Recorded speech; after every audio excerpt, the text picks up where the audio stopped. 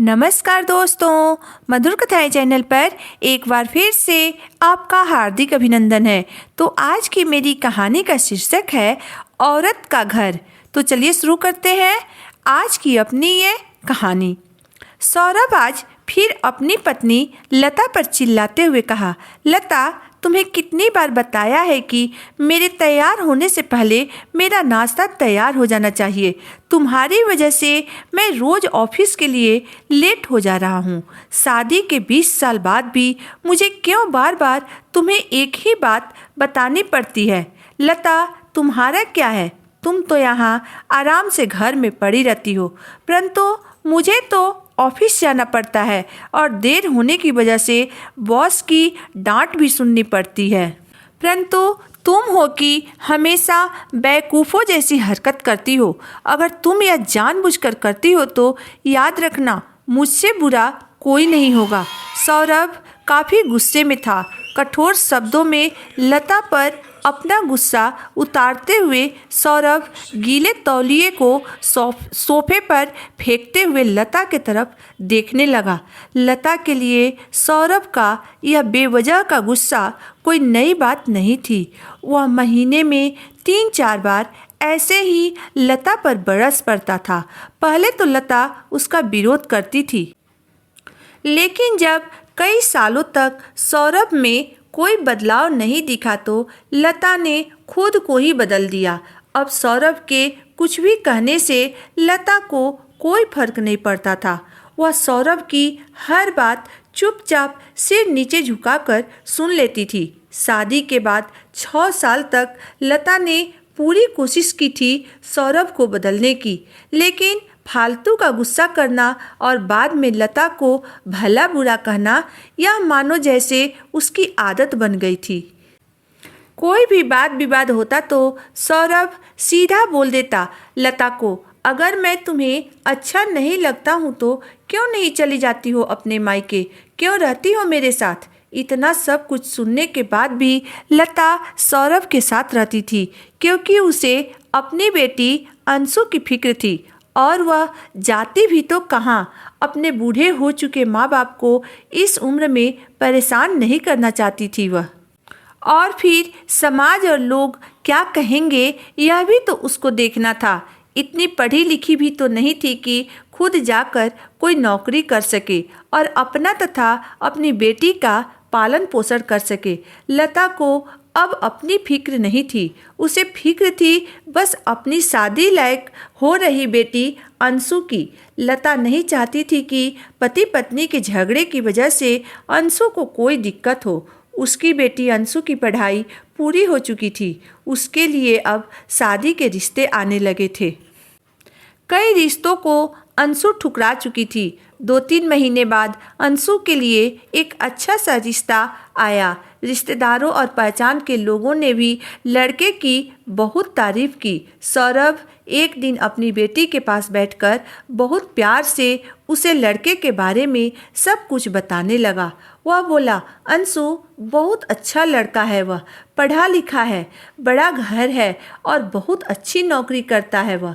बेटा, ऐसे रिश्ते बार बार नहीं आते हैं, इस रिश्ते के लिए मना मत करना बेटा। अंशु अपने पिता से ज़्यादा बात नहीं करती थी, शायद डरती थी या फिर नफरत करती थी वह। आज वह अपनी पूरी हिम्मत इकट्ठा करके अपने पिता से बोली, मुझे अभी शादी नहीं करनी है पापा, मैं नौकरी करना चाहती हूँ, खुद अपने पैरों पर खड़ा होकर आत्मनिर्भर बनना चाहती हूँ। बेटी की बात सुनकर सौरभ ने कहा, हाँ तो इसमें कौन सी बड़ी बात है, मैंने उस लड़के से बात की है, वह तुम्हें किसी बात के लिए नहीं रोकेगा। तुम शादी के बाद भी नौकरी कर सकती हो, वह तुम्हें नौकरी के लिए परमिशन दे देगा। पिता के इतना कहते ही अंशु बोली, मेरा नौकरी करना या न करना उसके परमिशन पर क्यों डिपेंड रहेगा पापा। सौरभ एक बार फिर बोला, मैं कह रहा हूँ ना, ससुराल में तुम्हें कभी भी किसी चीज़ की कोई कमी नहीं होगी। ऐसे रिश्ते बार बार नहीं आते हैं, इसे ठुकरा मत देना, बहुत खुश रहेगी तुम वहाँ। पापा, क्या मैं उतनी ही खुश रहूँगी जितनी मम्मी इस घर में खुश है? अंशु ने अपने पापा को ताना मारते हुए कहा। आज तुम्हारी जुबान कुछ ज़्यादा नहीं चल रही है? सौरभ गुस्से से आंखें बड़ा करते हुए बोला। अंशु फिर से डरते डरते बोली, मुझे शादी ही नहीं करनी है पापा, क्योंकि शादी के बाद अगर वह लड़का आपके जैसा निकला तो मैं क्या करूँगी? पापा, मुझे आपके जैसा जीवन साथी नहीं चाहिए। पापा, जो बिना बात के मुझ पर हमेशा चिल्लाए। मुझे कुछ भी अपनी पसंद का लेना हो तो मुझे 10 बार सोचना पड़े कि कहीं वो नाराज़ न हो जाए। मेरी तबीयत कैसी भी हो, उसे कोई चिंता न हो। रोटी थोड़ी सी मोटी हो जाए या फिर सब्जी में थोड़ा नमक ज़्यादा हो जाए तो पूरा घर अपने सर पर उठा ले और हर छोटी छोटी बात पर मुझे मायके भेज देने की धमकी दे। तो नहीं चाहिए मुझे ऐसा जीवन साथी। अंशु ने आज अपने पापा के सामने अपने दिल की पूरी बात कह दी। बेटी की बात सुनकर सौरभ का गुस्सा 7वें आसमान पर था, परंतु फिर भी वह अंशु की सारी बातें चुपचाप सुन रहा था। अंशु उतना ही बोलकर चुप नहीं हुई। आज पहली बार वह अपने पापा के सामने इतना कुछ बोल रही थी। वह बोली, पापा, आपने मम्मी के साथ हमेशा गलत व्यवहार किया है। आप अपने ऑफिस का गुस्सा बिना सोचे समझे मम्मी पर उतार देते हैं। कभी इस बात की परवाह ही नहीं करते हैं कि उन्हें कैसा लगता होगा। आपकी बातें सुन सुनकर मम्मी ने अपना वजूद खो दिया है, अपना स्वाभिमान खो दिया है। सौरभ आज पहली बार अपनी पत्नी के प्रति किए गए अपने बुरे बर्ताव को महसूस कर पा रहा था।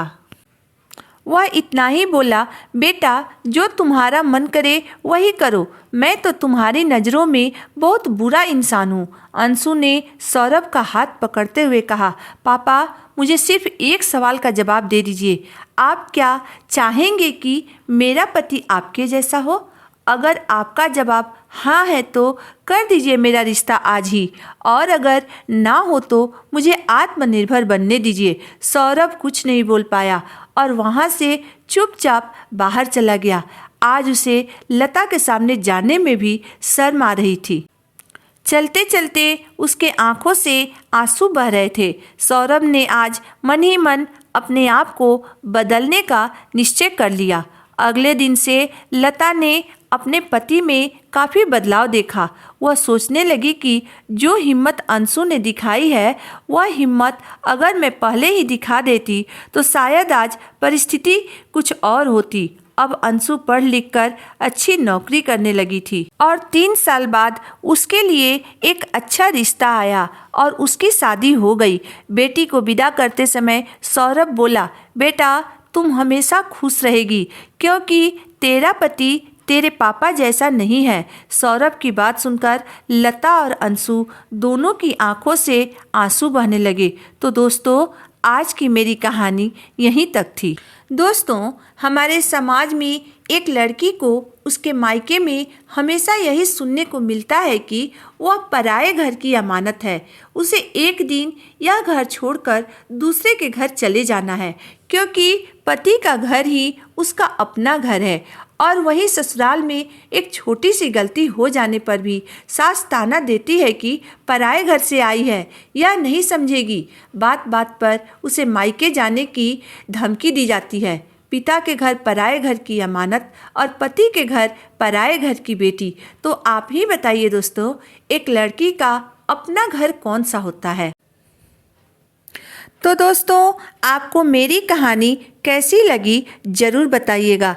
अगर आपको मेरी कहानी अंत तक पढ़ने और सुनने के बाद पसंद आई हो तो मेरे वीडियो को लाइक कीजिएगा, चैनल को सब्सक्राइब कीजिएगा। तो फिर मिलते हैं एक नई कहानी, एक नई वीडियो के साथ। तब तक के लिए धन्यवाद।